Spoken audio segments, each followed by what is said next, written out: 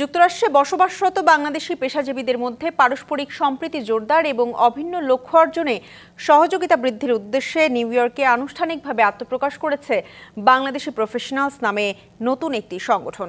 New York প্রতিনিধি কানু দত্ত জানান, উডসাইডের গুলশান টেরেসে আত্মপ্রকাশ হওয়া এই সংগঠনে যুক্তরাষ্ট্রের নানা প্রান্তের প্রবাসীরা যোগ দেন। নওশীন নেহরিন মৌ এর সঞ্চালনায় এদিন আগত বিশিষ্টজনদের ফুলেল শুভেচ্ছা জানান নবগঠিত সংগঠনটির প্রেসিডেন্ট শেখ এনামুল কবির ও সংগঠনের vice president Saeed M Alam.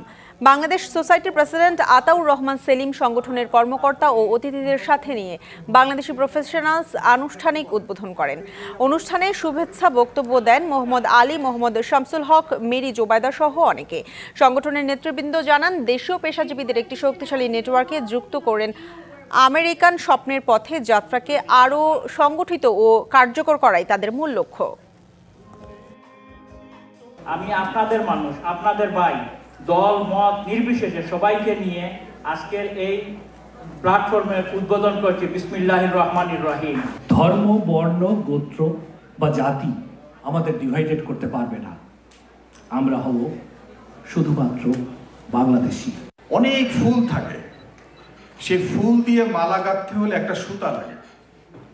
তো বাংলাদেশি প্রফেশনালস একটা সুতার মাধ্যমে এই 50টা স্টেট একটা মালা গাঁথবে, একটা নেটওয়ার্ক তৈরি করবে, যাতে আমরা একটা শক্তিশালী জাতিগোষ্ঠী হিসাবে আমাদেরকে প্রমাণ করতে পারি। নতুন এবং ফিরে আসা গ্রাহকদের জন্য নগদে চলছে ক্যাশব্যাক সহ প্রতিদিন হাজারো উপহার জেতার সুযোগ। হবে আশা আর ফেরা, সারপ্রাইজ সেরা।